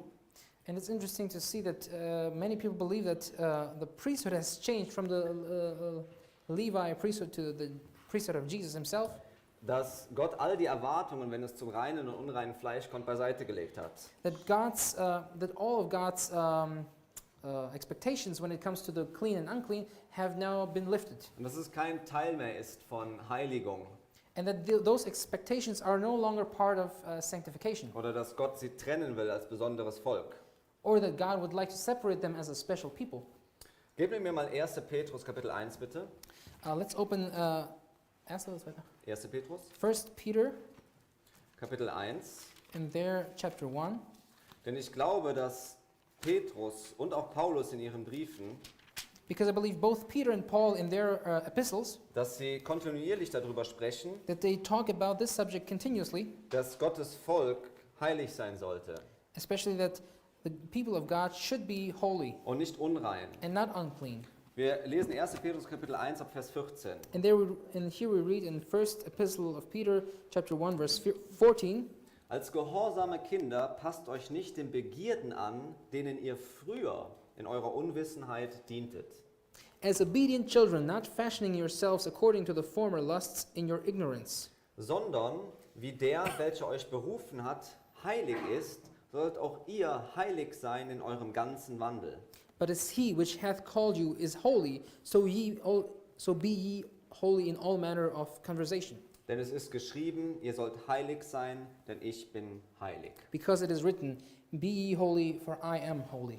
Nun gehen Christen in Apostelgeschichte Kapitel 10, Again. nun gehen Christen aber in Apostelgeschichte Kapitel 10, But in the Acts of the Apostles, we see that in chapter 10, Christians do the following. und sagen, hat Gott nicht dem Petrus klar gezeigt, dass er vom Unreinen essen kann? Didn't God very clearly say that Peter can eat also from the unclean now? In dieser Vision, die Gott dem Petrus dort gegeben hat. In this vision which God gave to Peter? Das Interessante in Apostelgeschichte Kapitel 10, Vers 14, It is interesting to see that in Acts chapter 1, Kapitel 10, Vers 14, chapter 10, verse 14, it says, da sagt Petrus selber, Ja. keineswegs Herr, denn ich habe noch nie etwas Gemeines oder Unreines gegessen. and Peter says here in chapter 10, verse 14, but Peter said, no, not so, Lord, for I have never eaten anything that is common or unclean. Also Petrus sagt selber, er hat noch nie etwas Unreines gegessen. So Peter himself says that he has never eaten anything that is unclean. Und ich glaube, dass wenn wir die Geschichte einfach mal zu Ende lesen würden, And I believe that if we would finish the story to the end lasst uns mal gehen in ab Vers 34. and read the story to the end, let's go to verse 34. Wir wissen, dass zwischendurch Petrus gerufen wurde zu dem Haus von Cornelius, And we know in the story that Peter was in the meantime called to the house of Cornelius, der kein Israelit war, sondern ein Heide, who was not an Israelite but a heathen, aber gläubig. but he was a believer, Er glaubte an den Gott der Bibel. and he was a believer in the God of the Bible. Er hatte noch nicht das Licht, wie Petrus es hatte. Of course, he hadn't received the light that Peter had, Deshalb sandte Gott ihn zu ihm. but therefore God sent Peter to go to him. Und in Vers 34 lesen wir nun: And in verse 34 we read, Da tat Petrus den Mund auf und sprach: Nun erfahre ich in Wahrheit, dass Gott die Person nicht ansieht. Then Peter opened his mouth and said, Of a truth I perceive that God is no respecter of a person, Sondern dass in jedem Volk derjenige ihm angenehm ist, der ihn fürchtet, also von Sünde wegbleibt und Gerechtigkeit übt. but in every nation he that feareth, which means to refrain from sin, and worketh righteousness, is accepted with him. Das Wort, das er den Kindern Israels gesandt hat, indem er Frieden verkünden ließ durch Jesus Christus, welcher Herr über alle ist. The word which God sent unto the children of Israel, preaching peace by Jesus Christ, he is the Lord of all. Petrus verstand, dass Gott ihm zeigen wollte, dass er Menschen nicht unrein nennen soll. So Peter got to the understanding that God wants him to no longer call heathens unclean, Menschen. or Ja, ist, people ist aber- unclean. Ja. Mhm.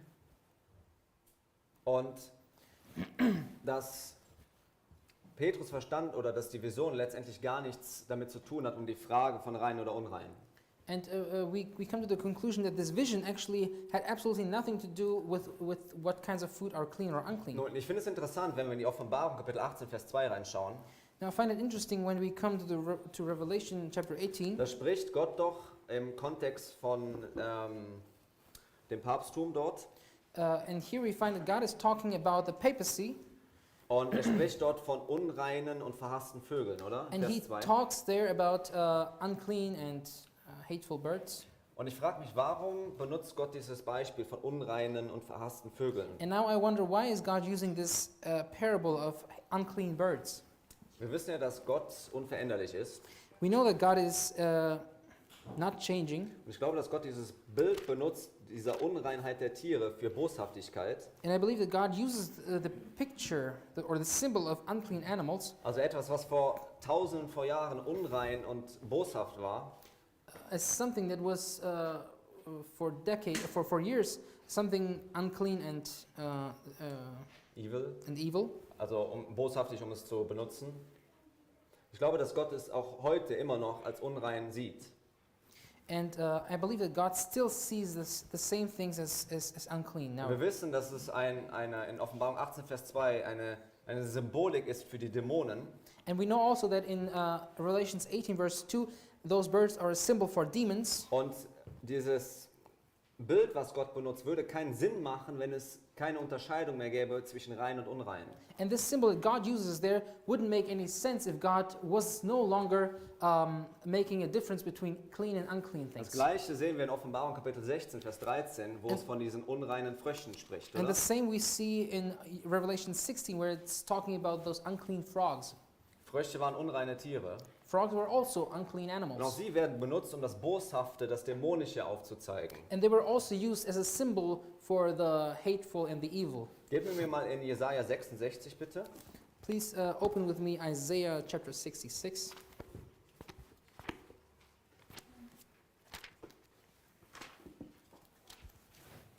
Und wir beginnen dort zu lesen ab Vers 15. And we start to read from verse 15. Und es spricht hier von der Wiederkunft Jesu. And it talks about the second coming of Christ. Also wir lesen im Kontext der Wiederkunft Jesu. And we are reading now in the context of Jesus' return. Denn siehe, der Herr wird im Feuer kommen und seine Streitwagen wie der Sturmwind und seine Zorn in Glut zu verwandeln und seine Drohungen in Feuerflammen. For behold, the Lord will come with fire and with his chariots like a whirlwind to render his anger with fury and his rebuke with flames of fire. Denn mit Feuer und mit seinem Schwert wird der Herr alles Fleisch richten, die vom Herrn Erschlagenen werden eine große Menge sein. For by fire and by his word will the Lord plead with all flesh, and the slain of the Lord shall be many. Die sich heiligen und reinigen für die Götzengärten und einer anderen nachlaufen, inmitten derer, welche Schweinefleisch, Mäuse und andere Gräuel essen. Alle zusammen sollen sie weggerafft werden, spricht der Herr. They that sanctify themselves and purify themselves in the gardens behind one tree in the midst, eating swine's flesh and abomination, and the mouse shall be consumed together, saith the Lord. Das heißt, die Bibel zeigt uns hier im Kontext der Wiederkunft Christi, So God tells us in the context of Jesus' return dass das Essen von unreinen Dingen that the consumption of unclean things verdammungswürdig ist. is worthy of damnation. Gebt mir bitte in 1. Korinther Kapitel 9, Vers 25. Let's open 1 Corinthians chapter 9. 1. Korinther Kapitel 9, Vers 25. 1 Corinthians chapter 9 verse 25. Das ist ein ganz wichtiges Prinzip, was der Paulus uns hier mitgibt. There's a very important principle that Paul gives us Und wir here. finden das in Vers 25. Sorry, which chapter? 1. Korinther Kapitel 9, Vers 25. 1 Corinthians chapter 9 verse 25. Jeder aber, der sich am Wettkampf beteiligt, ist enthaltsam in allem. Jene, um einen vergänglichen Siegeskranz zu empfangen, wir aber einen unvergänglichen. And here it says, "And every man that striveth for the mastery is temperate in all things. Now they do it to obtain a corruptible crown, but we an incorruptible." Gib mir mal bitte in Apostelgeschichte 14 nun. Now let's open the book of Acts. Wir wollen nämlich aufbauen zu einem anderen Text, der immer wieder in diesem Kontext falsch benutzt wird. Because I would like to build up to another text which in this context is also often misused. Apostelgeschichte 14, Vers 13. The book of Acts chapter 14 verse 13. Und der Priester des Zeus, dessen Tempel sich vor ihrer Stadt befand, brachte Stiere und Kränze an die Tore und wollte samt dem Volk opfern.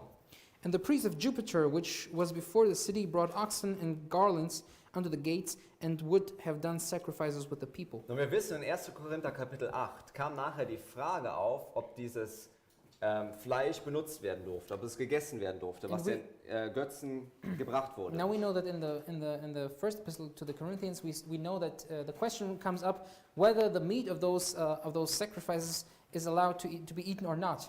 Die Frage ging aber nicht um rein oder unrein, ob es gegessen werden darf, The question in this context was not whether it was clean or unclean, sondern die Frage in 1. Korinther Kapitel 8 und Kapitel 10, but the question in this context rather is ob dieses reine Fleisch gegessen werden darf. whether this clean meat in and of itself is allowed to be eaten. Welches einem Götzen geopfert wurde. Because it was sacrificed to a idol. Und später in 1. Korinther Kapitel 10, And later in second or first, 1. Korinther Kapitel 10, and later in the first epistle to the Corinthians in chapter 10, da drückt Paulus seine Besorgnis aus, there Paul expresses his concern wenn du jemanden vor dir hast, quasi der in dieser Frage anders denkt, and says that if you have somebody who in this question has a different opinion, ob du dieses reine Götzenfleisch essen darfst, pondering whether you are allowed to eat this meat that was sacrificed to the idols, dass du ihn nicht quasi Anstoß dass du gibst. ihn nicht anstoßt, danke, So you don't, and his concern was that you don't give him any offense by dass du ihm keinen Anstoß by gibst. contradicting him in this matter. Und es ging gar nicht um die Frage, ob das reines oder unreines Fleisch war. Es war And- für den Juden klar, dass sie kein unreines Fleisch essen durften. And it was not the question at all whether this meat was clean and unclean. For the Jews, it was very clear that there is no place for unclean meat. Gebt mir in 1. Timotheus Kapitel 4 Now let's go to the to 1 Timothy chapter 4, und wir möchten noch mit einem anderen Teil hier handeln, uns beschäftigen, and I would like to deal also with another part in this area, der uns überleiten wird in das abschließende Thema gleich auch. which will bridge us to another subject. 1. Timotheus Kapitel 4, Vers 3. So 1 Timothy chapter 4, starting from verse 3. Sie verbieten zu heiraten und Speise zu genießen, Forbidding to marry and commanding to abstain from meats die doch Gott geschaffen hat, which God hath created, damit sie mit Danksagung gebraucht werden von denen, die gläubig sind und die die Wahrheit erkennen. which God hath created to be received with thanksgiving of them which believe and know the truth. Jetzt könnte jemand sagen, schau mal, das bist du doch. And now someone could say, well, this is exactly describing you. Du verbietest uns hier etwas. You are trying to restrict something from us. Ich kann euch sagen, ich bin es nicht, ich verbiete euch nicht zu heiraten. I can tell you, I'm not the one that is described here. I'm not forbidding you to marry. Ich glaube, die Bibel beschreibt hier jemand anderes, da kommen wir aber gleich noch zu. I believe the Bible talks about someone else, but we will get to this point a little later. Nun, was war die Motivation dieser falschen Lehrer? Now, what was the motivation of those false teachers? Lass uns noch weiterlesen, Verse 4 und 5. Let's, Achso, das hatten wir schon gelesen, Entschuldigung, oder? Ja. Nee, hatten wir noch nicht. Vers 4 und 5. Denn alles, was Gott geschaffen hat, ist gut und nichts ist verwerflich, wenn es mit Danksagung empfangen wird. For every creature of God is good, and nothing to be refused if it be received with thanksgiving. Denn es wird geheiligt durch Gottes Wort und Gebet. For it is sanctified by the word of God and prayer. Was war also jetzt diese Motivation dieser falschen Lehrer? So what was the motivation of those false teachers? Hat Paulus Timotheus gewarnt quasi davor, dass das göttliche Gesetz bezüglich rein und unrein nicht mehr gilt? Was Paul warning Timothy and saying that the law of God concerning which things are clean and unclean, Oder ging, that they es, are no longer valid? oder ging es um etwas anderes? Or was it rather talking about something different? Ich glaube, dass diese Lehrer darauf abzielten, dass sie Gesetze aufrichten wollten, die man in der Bibel so nicht findet. My understanding is that those teachers were trying to set up laws that are not found in this way in the Bible. Zum Beispiel, deshalb bin ich auch froh, dass im Kontext Gott uns gezeigt hat, dass wir sagen, dass ihr nicht heiraten dürft. And therefore I'm happy that in this context it is also mentioned that we are not allowed to get married. Weil wir wissen, dass die Bibel uns ganz klar sagt, dass Ehe ein Segen sein kann. Because the Bible says very clearly that that a marriage is a blessing. Wenn wir verstehen, dass Timotheus dort in Ephesus ein Problem hatte mit Menschen, die griechische Philosophie verbreiteten, If we read about this and we hear that Timothy had a problem with Greeks that had a Greek philosophy, und diese falschen Lehrer, sie glaubten, dass der Körper an sich böse ist, and those Greek philosophers, they had this understanding that the body in and of itself was something evil, und sie quasi strikte Regeln gaben, and therefore they gave those strict rules, dass wenn sie das selber machen, so selbstdiszipliniert sind, dass sie dadurch gerecht sind. and they thought that by restricting and denying themselves, they would get righteous, become righteous. In Verse 1 und 2 And in the verses 1 and 2, zeigt Paulus aber den wirklichen Ursprung dieser heretischen Lehre. Paul shows us very clearly the origin of this heretical teaching. Wir lesen, der Geist aber sagt ausdrücklich, dass in späteren Zeiten etliche vom Glauben abfallen und sich irreführenden Geistern und Lehren der Dämonen zuwenden werden. Now the Spirit speaketh expressly that in the latter times some shall depart from the faith, giving heed to seducing spirits and doctrines of devils. Das heißt, die Leute hatten sich angefangen an Regeln zu halten, So the people started to cling to rules die Gott gar nicht verboten hatte. which God had never told them to. Deshalb sagt er auch in Vers 3, Therefore it also says in verse 3, die mit Danksagung gebraucht werden von denen, die gläubig sind und die Wahrheit erkennen. Das Ende von Vers 3. to be received with thanksgiving of them which believe and know the truth. Also Paulus machte hier eine Unterscheidung. So Paul was making a distinction here. Lass uns noch zu einem Beispiel gehen in Matthäus Kapitel 15. Let's take another look at another example in Matthew chapter 15. Matthäus Kapitel 15 und wir lesen dort Vers 11. Matthew chapter 15 and we read verse 11.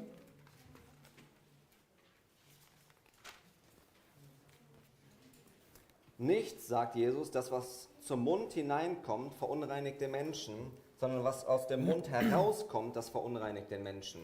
And Jesus says, not that which goeth into the mouth defileth a man, but that which cometh out of the mouth, this defileth a man. Und viele Christen sagen mir, schau mal, Jesus sagt doch, wir können essen, was wir wollen. And many Christians come to this part of Scripture and say, you see, Jesus told us that we are allowed to eat everything. Wenn wir aber lernen, die Bibel, was wir immer machen sollten, im Kontext zu lesen, But if we adhere to this principle of reading the Bible always in its context, dann sehen wir hier, dass es Jesus um einen anderen Punkt ging. then we realize that it was another point Jesus was trying to Die make. Pharisäer stellten die Frage auf, warum die Jünger sich nicht die Hände gewaschen haben. Because in this context, the Pharisees were asking Jesus why his disciples have not washed their hands before eating. Warum halten sie sich nicht an die Regeln, die wir aufgestellt haben? Why don't they adhere to the rules which we have set up?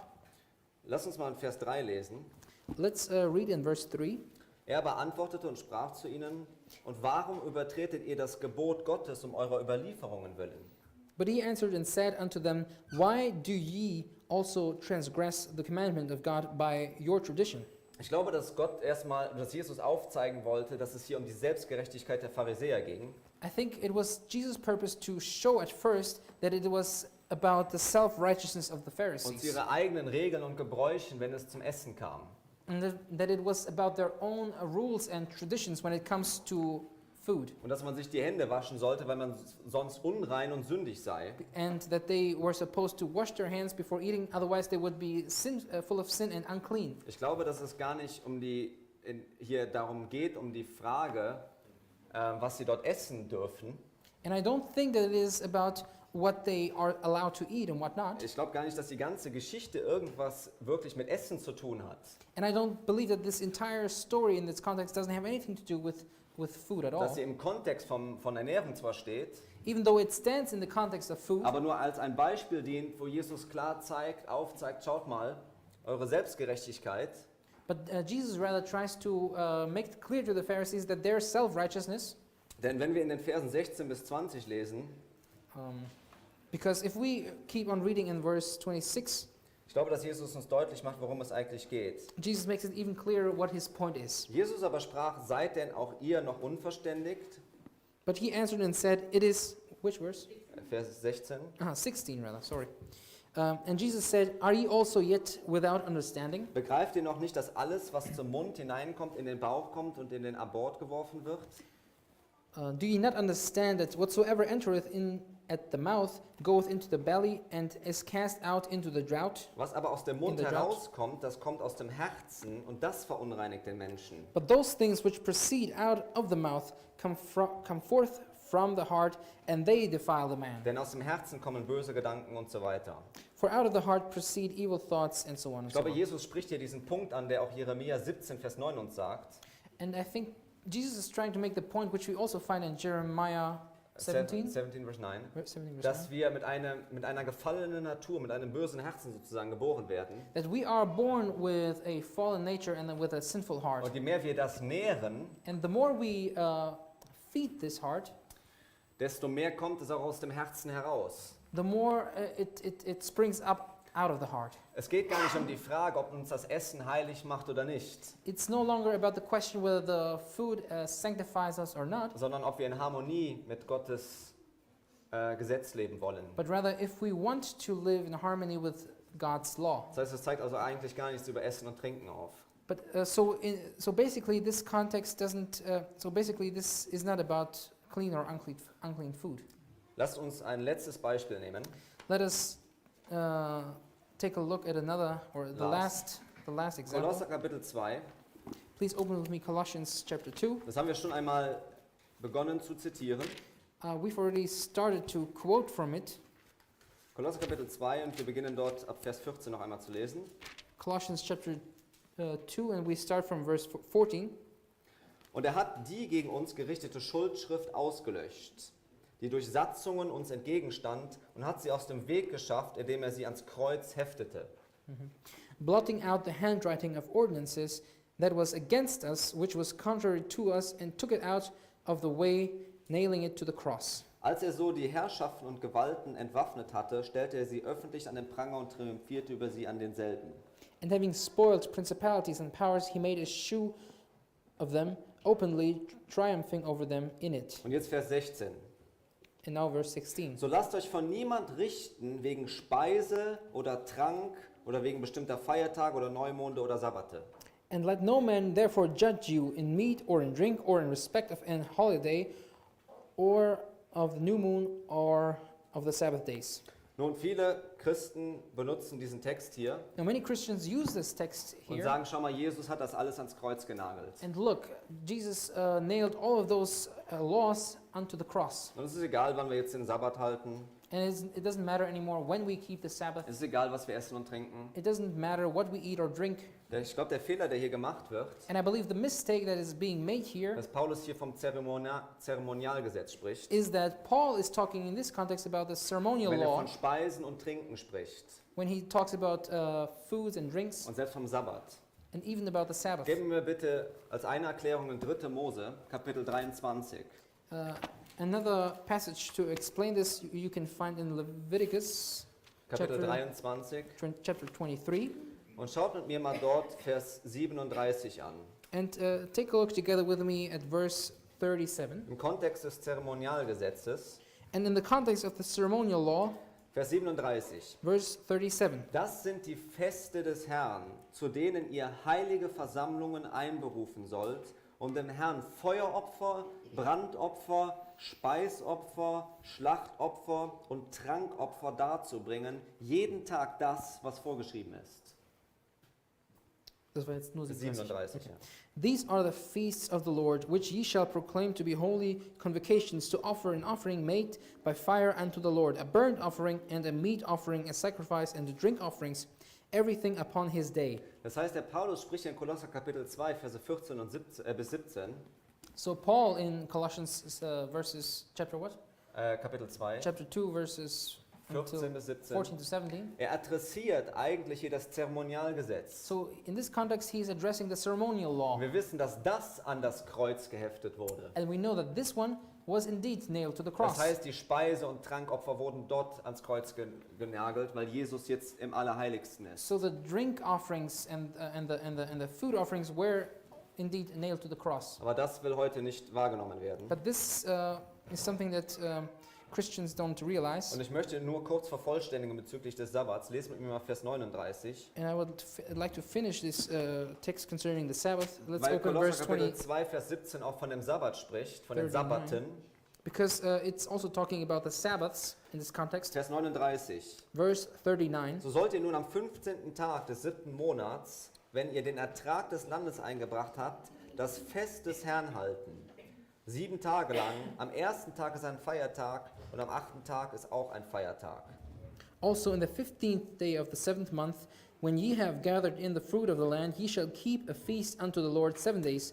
On the first day shall be a Sabbath, and on the 8th day shall be a Sabbath. Steht im Kontext von Vers 38 natürlich.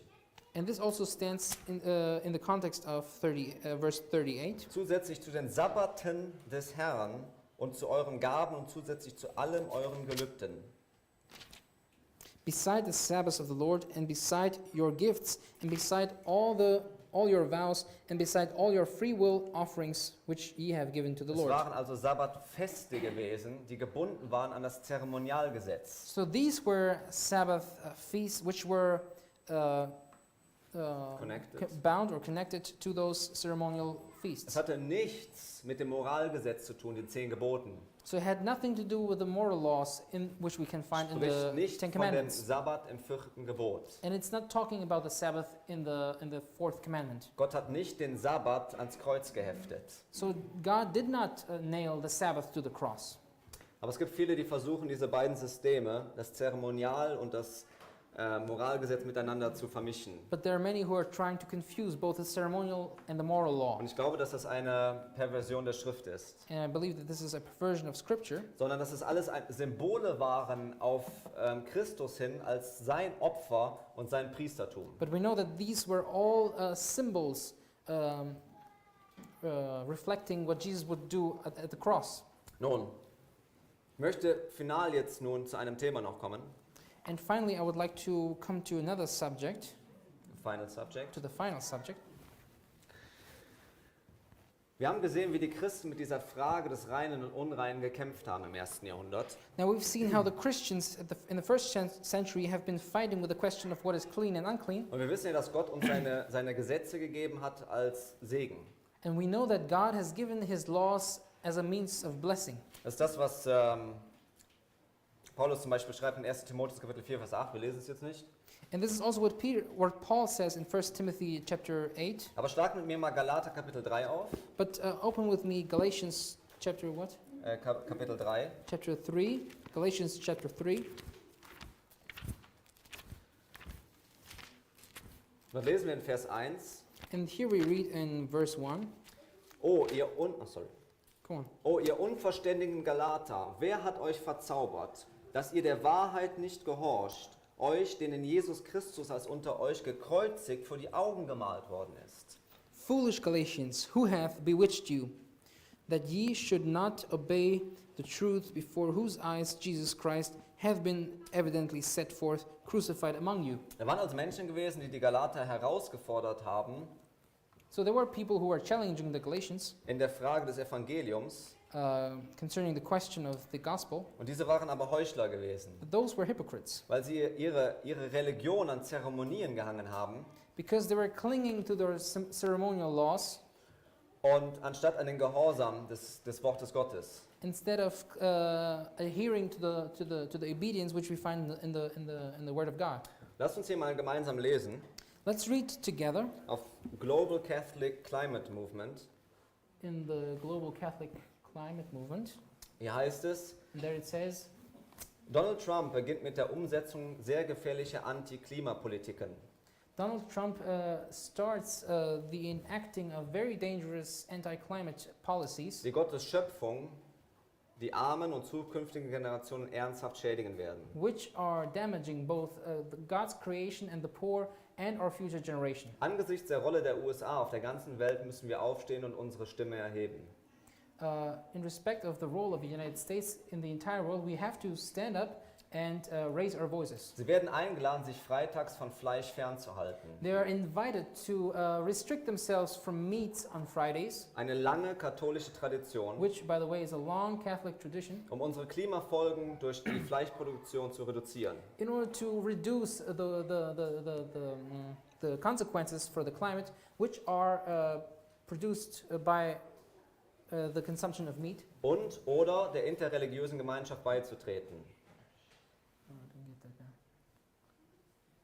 And at the same time, they want also to join them into this interreligious communion. Fasten für das Klima So we are supposed to fast for climate, entscheiden sich quasi von Fleisch, was Ursache oder was eine Sünde der Umweltzerstörung ist, fernzubleiben. so they are proposing that we should decide to stay aside from meat in order to reverse the destruction of our environment. Und sie sprechen von einem interreligiösen Fasten. And in this, they are talking about an interreligious a day of fasting. Das heißt, der Papst ruft die Menschen auf, So the Pope is calling people, der König von Babylon, who, by the way, is the king of Babylon, um alle Religionen in dieses Fasten zu rufen. to bring all of the religions of the world to this day of fast. Nun gab es Fasting. in der Zeit des großen Versöhnungstags nicht, wie wir gehört haben, dass die Leute gebetet und gefastet haben. Now, as you remember, in the Day of Atonement, the people of Israel were fasting and praying. Haben wir nicht eben in 1. Timotheus Kapitel 4 gelesen, dass es dort Lehren gibt von Dämonen, die sagen, dass wir uns von bestimmten Dingen fernhalten müssen? Didn't we read in the 4th chapter of Timothy that there are teachings of demons that we are to restrain ourselves from? Und ich glaube, dass wir uns wie im Fall der Galater And I believe that just in the same case as in the Galatians, wir uns hier mit einem anderen Heuchler zu tun haben, we are facing now another hypocrite der gute Dinge benutzt, wie wir jetzt sehen werden, who uses good things and ideas, eigentlich biblische Prinzipien, and actually he uses biblical principles um die Welt, wie die Bibel sagt, zu verführen. in order to deceive the world, as the Bible puts it. Nun, wir wissen, Gott ruft uns auf zu einer biblischen Ernährung, Now we know that the Bible is calling us, zu einer biblischen Ernährung. so the Bible calls us to adhere to a biblical diet. Und wir wissen, dass das Evangelium auf der Gerechtigkeit Christi aufgebaut ist. Nochmal bitte. Und wir wissen, dass das Evangelium auf der Gerechtigkeit Christi And aufgebaut we know ist. now that the gospel is founded on the righteousness of Christ. Und wir wissen, dass das katholische System aufgebaut ist auf einer Werksgerechtigkeit, dass man sich selber den Himmel verdienen kann. And we know also that the Catholic system, on the other hand, is built on works of Wir self-righteousness. haben gelesen in dem Artikel, dass gesagt wird, dass wir uns lieber vom Fleisch fernhalten sollten. We know also that in the Bible it says, here, Ja. we know also that in this Catholic magazine it says that on Fridays we should restrain ourselves from meat, Nicht aus dem Grund, die wir bisher ausgelegt haben, not for the reason as we've heard now from the sondern Bible, weil das Klima darunter leidet, wenn wir Fleisch essen. but rather because the environment is suffering and the climate is suffering if we eat meat. Und was haben Sie gesagt, wenn wir das tun? Dass es eine was ist? And what did they say? If we do it, it is what? Sie sagen, dass es eine Sünde ist. It is, they say, so a sin. Das heißt, wenn du nicht daran teilnimmst, So if you don't take part in this, um das Fleisch wegzulassen, um das Klima zu schützen, and you don't restrain yourselves from the meat in order to help climate get better, habe ich es richtig verstanden, dass ich dann ein Sünder bin? did I get this right? Am I then a sinner?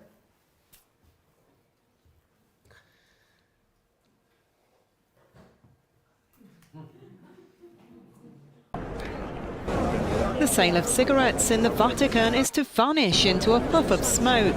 Pope Francis aims to clear the air with a complete ban starting next year. It will make the enclave just the second state ever to impose such a ban. It's been smoke-free since 2002, but duty-free packets were still readily available to buy since then. The Vatican is believed to have made nearly 10 million euros per year from the sales, but the Holy See's spokesman said the health issues associated with the habit had prompted the decision. The World Health Organization estimates smoking-related deaths number more than 7 million per year. Papst Franziskus verbannt Zigaretten aus den Geschäften des Vatikans. So the Pope Francis is banning cigarettes out of the stores in the Vatican. Der Vatikan gab am Donnerstag bekannt, dass sie in ihren Duty-Free-Shops und ihren Supermärkten keine Zigaretten mehr an Beschäftigte verkauften dürfen. So the Vatican announced on Thursday that in their duty-free shops and in the supermarkets, no cigarettes are no more allowed to be sold. Sie verzichten auf 10 Millionen Gewinn. By doing this, they lose 10 million euros. Franziskus traf die Entscheidung, So Pope Francis took the decision weil der Heilige Stuhl nicht zu einer Aktivität beitragen kann, die die Gesundheit der Menschen schädigt. because the Holy See can no longer take part in an activity which contributes to the demise of men's health. Darf ich die Frage stellen, wenn die katholische Kirche die Gebote Gottes ändert, Can I ask you a question? If the Catholic Church changes the laws of God, kann es sein, dass sie damit mehr der Gesundheit der Menschen schaden? could it be that by doing this they are worsening the state of health of human Und beings? dass wir vielleicht an diesem Punkt erstmal ansetzen sollten. And that they should maybe start at this point first. Aber wir müssen zugeben, dass es eine gute Sache ist, die er tut. But we have still to admit that this is a good thing which they have initiated. Und es ist etwas Überraschendes, was gekommen ist. And it is something surprising. Ich frage mich aber zur gleichen Zeit, warum spricht er nicht generell dagegen aus? But at the same time, I'm asking myself, why is he not speaking out against it in general? Und ich lasse das mal für euch offen, mal eine Recherche anzustellen, wer die Zigaretten in Europa eingeführt hat. And I leave this research for you to do. Who was it actually that introduced cigarettes and tobacco into Europe? Satan ist es gelungen, die Welt von Gott abzuwenden. And Ellen White says, Satan has succeeded in turning the world from God. Die Segnungen, die in Gottes Liebe und Barmherzigkeit gegeben sind, The blessings provided in God's love and mercy, hat er in einen tödlichen Fluch verwandelt. he has turned into a deadly curse. Er hat Männer mit einem Verlangen nach Alkohol und Tabak erfüllt. He has filled men with a craving for liquor and tobacco. Also wer hat dieses Verlangen gebracht? So who brought this desire into the world? Satan. It was Satan. Dieser Appetit, der keine Grundlage in der Natur hat Millionen zerstört. This appetite, which has no foundation in nature, has destroyed millions. Wo findet dieser Appetit seine Grundlage? So where does this appetite find its origin? In Natur, oder? In nature. Hören wir oft nicht heute, das ist doch von der Natur. Don't we hear a lot of times nowadays, well, this is natural, this is Aber organic? es hat sich etwas verändert.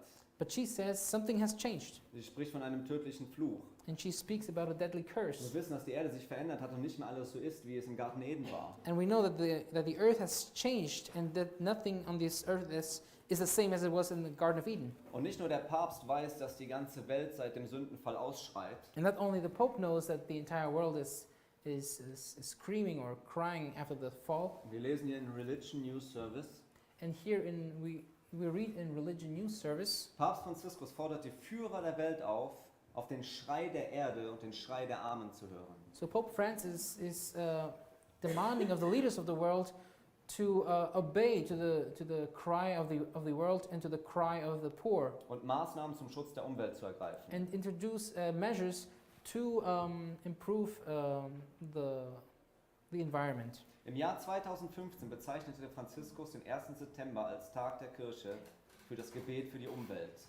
And in the year 2015, Pope Francis introduced the 1st of September as a day of the church to pray for the environment. Um die Sorge für den Planeten als eine moralische Frage zu gestalten. In order to mold this question of care for the planet and to make it into a moral question. Der Papst hat eine generelle Agenda, wenn es zum Thema Gesundheit kommt. So the Pope has a general agenda when it comes to health questions. Gib mir mal bitte noch in das Buch Hiob, Kapitel 34.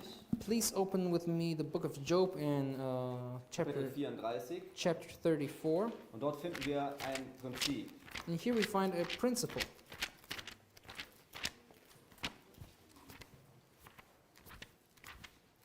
Hiob, Kapitel 34, Vers 30. Job chapter 34 verse 30.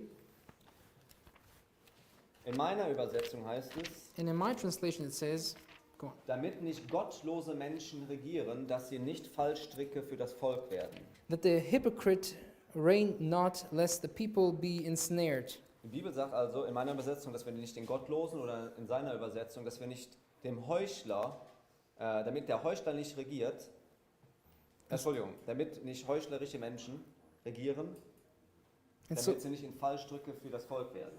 So here it says that hypocrites should not reign unless they ensnare the people Die they Bibel reign sagt also, over. dass wir ihnen nicht nachfolgen sollen. So in other words, the Bible tells us that we should not follow those Der people. Papst ruft aber alle Führer der Welt auf, ihm nachzufolgen in seiner Agenda. But the Pope, on the other hand, calls upon all the leaders of the world to follow him in his agenda. Und wer ist letztendlich der eigentliche Führer? But who in the end is the real leader? Wenn alle Weltführer wem nachfolgen? If all the leaders of the world are following whom? Wenn wir Nehemia denken, If we think of Nehemiah, wir lesen dort in dem Bericht von Nehemia, we read in the report of Nehemiah, wo sie zu Nehemia kamen und sagten, beten wir nicht den gleichen Gott an? and when they came to Nehemiah and said, Sollen- "Don't we pray to the same Sollen God? wir nicht gemeinsam das gleiche Haus bauen? Shouldn't we build the same house together?" Meine Lieben, Nehemia ging 4-mal, gab er ihnen zur Antwort Nein. My beloved, he gave them 4 times the same answer, which was no. Aber es gibt Christen But there are Christians, und leider auch 7-Tags-Adventisten, and unfortunately also Seventh-day Adventists, die getäuscht sind zu glauben, dass sie sich mit den Menschen der Sünde vereinen können, who are seduced by believing that they could or should connect to the man of sin, bei Punkten, wo wir übereintreffen. at least in points or in dogmas in which we agree. Ellen White, sie sagt, And Ellen White says, dennoch erhebt gerade diese selbe Gruppe die Behauptung, yet this very class put forth a claim dass die schnell überhand nehmende Verderbnis großenteils der Entheiligung des sogenannten christlichen Sabbats zuzuschreiben sei. that a fast-spreading corruption is largely attributable to the desecration of the so-called Christian Sabbath, Und dass die strikte Durchführung der Sonntagsfeier die Sitten des Volkes um vieles bessern würde. and that the enforcement of Sunday observance would greatly improve the morals of society. Und wir haben in den Vorträgen zuvor schon gelernt, Now, from the preceding presentations, we've learned already dass das Sonntagsgesetz immer gebunden ist an diese Agenda des Papstes. that the Sunday observance is always bound to the agenda of the Pope. Heute haben wir gesehen, dass es auch mit dem Thema Gesundheit zu tun hat, And today we also realize that it has a connection to the topic of health. weil er sagt, macht Schritte in der Gesundheit, weil es verbunden ist mit dem Klimaschutz. And he makes the argument that we should also make steps into health in order to preserve the climate and environment. Und Klimaschutz gebunden ist an die Sonntagsgesetze, And in this, in the same, an die Verehrung des Sonntags. and in the same way, he also says that climate change or the preservance of climate is connected to observance of the Sunday. Und so lass uns jetzt die letzten Gedanken nochmal zusammenfassen, konzentrieren. So let us summarize all those thoughts. Diese Behauptung wird besonders in Amerika aufgestellt, This claim is especially urged in America, wo die Lehre vom wahren Sabbat schon weit und breit gepredigt worden ist. where the doctrine of the true Sabbath has been most widely preached. Und schaut mal, was sie sagt. And look what she says here. Dort wird das Mäßigkeitswerk, Here the temperance work, eine der hervorragendsten und wichtigsten aller sittlichen Reformen, one of the most prominent and important of moral reforms oft mit der Sonntagsbewegung verbunden. is often combined with the Sunday movement, Und ihre Anhänger treten auf, and the advocates of the latter als wirken sie für das höchste Wohl der Gesellschaft. represent themselves as laboring to pronounce the highest interests of society, Und alle, die sich weigern, sich mit ihnen zu verbinden, and those who refuse to unite with them werden als Feinde der Mäßigkeit und der Reform verschrien. are denounced as the enemies of temperance and reform.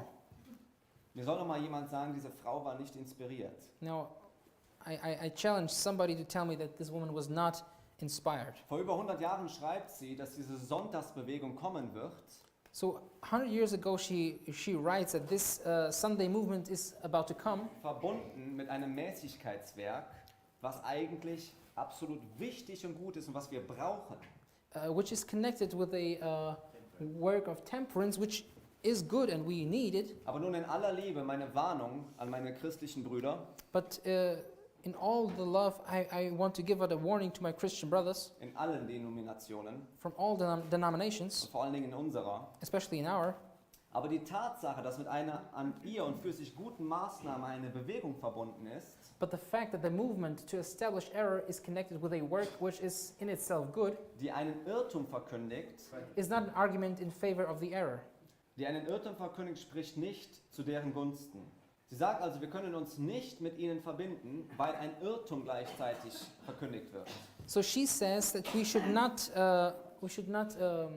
connect to them because in their understanding there is an error included. Weil es bedeutet gleichzeitig, dass wir Gottes Gesetz brechen müssten. Because it would mean that at the same time we would have to break the law of Sie God. sagt, wir können das Gift mit gesunder Nahrung vermischen und dadurch unkenntlich machen, She says we may disguise poison by mingling it with wholesome food, aber auf diese Weise verändern wir seine Natur nicht. but we do not change its nature. Im Gegenteil, On the contrary, es wird nur noch gefährlicher, da man es desto leichter unversehens nimmt. it is rendered more dangerous as it is more likely to be taken unawares.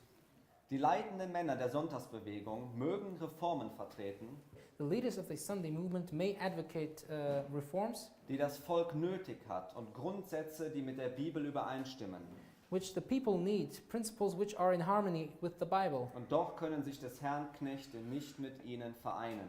Yet while there is with these a requirement which is contrary to God's law, Weil es gegen Gottes Gesetz geht. Die wunderwirkende, sich durch den Spiritismus offenbarende Macht wird ihren Einfluss gegen alle ausüben, die es vorziehen, Gott mehr zu gehorchen als den Menschen. the miracle working power manifested through spiritualism will exert its influence against those who choose to obey God rather than man. Sie werden die große Gottlosigkeit in der Welt beklagen und die Zeugnisse religiöser Lehrer unterstützen. They will lament the great wickedness in the world and second the testimony of religious teachers that the degraded state of morals is caused by desecration of Haben wir Sunday. nicht eben gesehen, wie der Papst rumgeht zu den Weltführern und sie zu seiner Agenda einlädt? Didn't Zu we- seiner moralischen Agenda? Didn't we just see that the Pope is traveling the world and tries to invite the leaders of the world for his agenda? Und Ellen White sagt, dass die gesunkene Moral durch die Entheiligung des Sonntags verursacht werde, führt sie hier fort. Degraded state of morals is caused by the desecration of Sunday. Meine Lieben, geht mit mir in einen allerletzten Text. My beloved, let's go to a very last text. Geht mit mir noch einmal zurück in 1. Samuel 15.